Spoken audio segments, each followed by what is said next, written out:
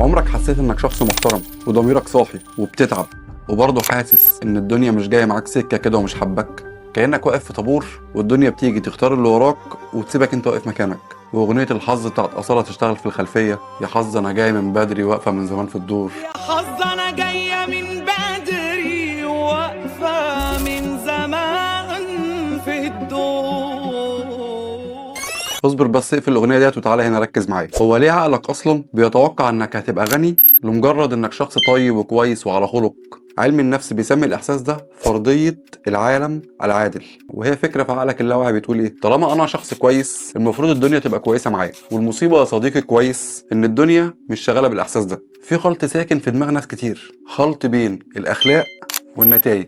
ناس كتير جدا متربيه على ايه؟ على ان الطيبه بتساوي الامان، الاحترام بيساوي استحقاق، السلكان بيساوي نتيجة حلوة، وكأن الدنيا شغالة بنظام النقط. اعمل كويس تتحاسب كويس. وانا جاي اقولك فوق يا موهوم، لان ده وهم نفسي مش قانون حياة. الطيبة قيمة انسانية، شيء يحترم اكيد، لكن مش مهارة اقتصادية. الفلوس يا صديقي الموهوم ما بتمشيش بالاخلاق.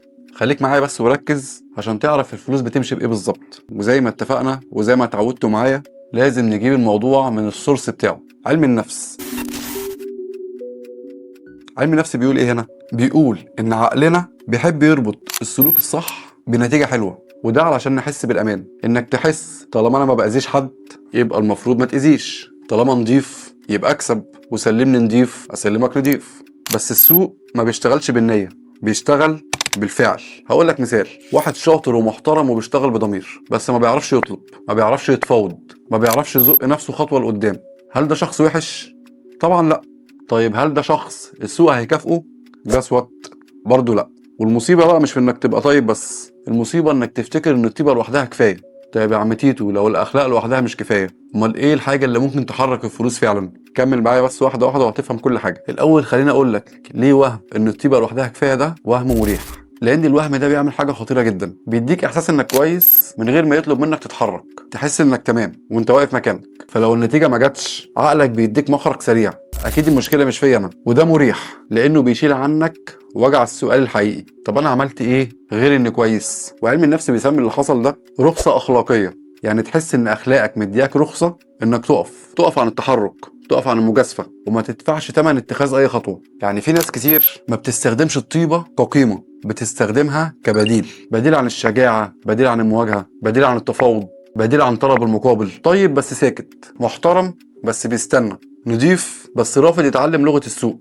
وده مش اسمه سمو أخلاقي، ده انسحاب متزين بالقيم. الدراسات بتقول ان الرخصة الأخلاقية دي بتخلي الإنسان يحافظ على صورته حتى لو على حساب نتيجته. يعني هديك مثال واقعي: اتنين نفس الظروف ونفس البداية، واحد طلب وتفاوض وخسر وتعلم، والتاني استنى وقال مش وقته، خاف يطلب يبان طماع. الفرق هنا مش في الحظ ولا الأخلاق، الفرق علاقة كل واحد فيهم بالخطر. خلينا واضحين، الفلوس مش دليل قيمة، والفقر مش إدانة، بس برضو النوايا الحلوة مش خطة. الطيبة اللي ما بتتحركش بتقلب مع الوقت لغضب صامت وحسد أخلاقي وشعور إن الدنيا مديونة لك بحاجة. والغضب ده أحيانا ما بيروحش للسبب الحقيقي، ده بيروح لشخص تاني خالص، شخص قدر ياخد قرارات وانت ما خدتش. العقل هنا بيعمل حركه ذكيه جدا، بيرفع قيمتك الاخلاقيه بدل ما يواجه وجعك الحقيقي. وده علم النفس بيسميه التفوق الاخلاقي، وهو انك تحس بنرفزه مش مفهومه كده اتجاه اي شخص غني. مش غيره ومش كره صريح، بس حاجه شبه انا لو مكانه ما كنتش عملت كده. ده مش هجوم على فكره،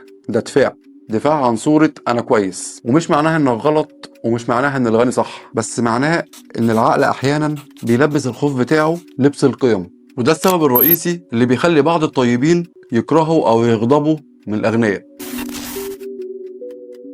طيب ايه بقى اللي بيحرك الفلوس فعلا؟ الفلوس بتتحرك لما بيحصل احتكاك، طلب، رفض، تفاوض، مخاطرة، قرار. ودي كلها حاجات عقل الشخص الطيب بيتحسس منها. ليه؟ لانه اتربى على ان الطلب قلة ذوق، والتفاوض طمع، والرفض قلة اصل، والمخاطرة تهور. بس الحقيقة اللي توجع دي مش اخلاق، دي تفسيرات نفسية للخوف. تعالى بقى ناخدها لك واحدة واحدة كده وافهمها لك. بالنسبة للطلب، الطلب مش قلة أدب، الطلب ببساطة إعلان إنك موجود وتستاهل. أنت بتقول أنا أستاهل، مش معناها إنك بتقلل من حد ولا بتسرق حق حد ولا بتبقى وقح. لكن اللي عمره ما بيطلب بيفضل مستني حد يلاحظ وحد يقدر وحد يفهم لوحده.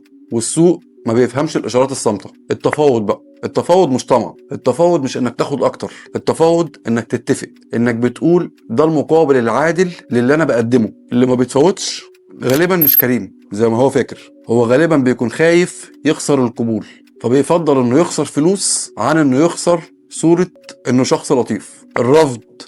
الرفض مش وقاحة، الرفض حدود، والحدود دي ما بتكونش قسوة، هي بتكون وضوح. اللي ما بيعرفش يقول لا غالبا بيقول وهو مكسور متضايق، وبيكون من جواه غضبان، وده مع الوقت ما بيعملش طيبة، ده بيعمل مرار.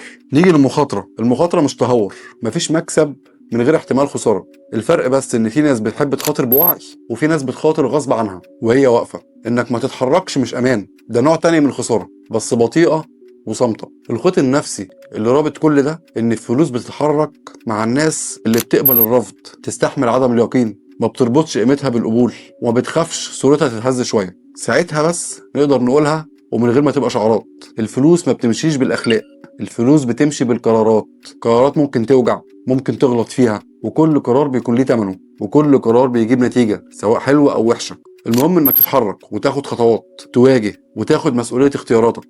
الفلوس والحياة بيكافئوا اللي بيختار وبيتحرك، مش اللي واقف ساكت وبيعول على النية الحلوة. والسؤال الحقيقي دلوقتي بقى، ايه اللي في الطيبة بتاعتك يعتبر قيمة، وايه اللي فيها خوف متنكر؟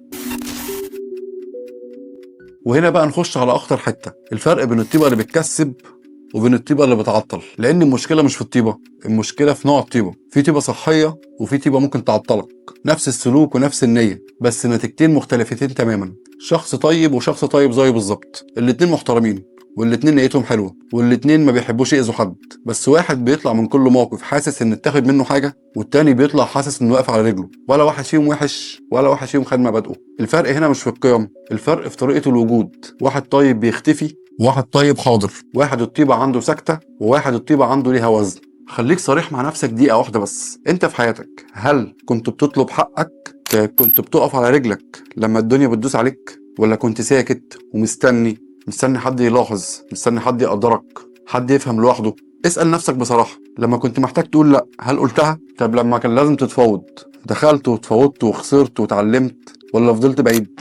مش المهم انك كنت طيب، المهم انت كنت حاضر في حياتك ولا الطيبة موقفاك. الحياة ما بتكافئش الكويس، الحياة بتكافئ اللي يفهم اللعبة ويتحرك ويدفع تمن قراراته.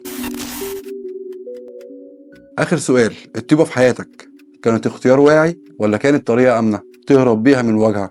اكتب لي في التعليقات القرار اللي انت هتاخده النهاردة عشان تمشي حياتك خطوة لقدام، حتى لو قرار بسيط. أنا تيتو، ودي كانت رحلة وعي.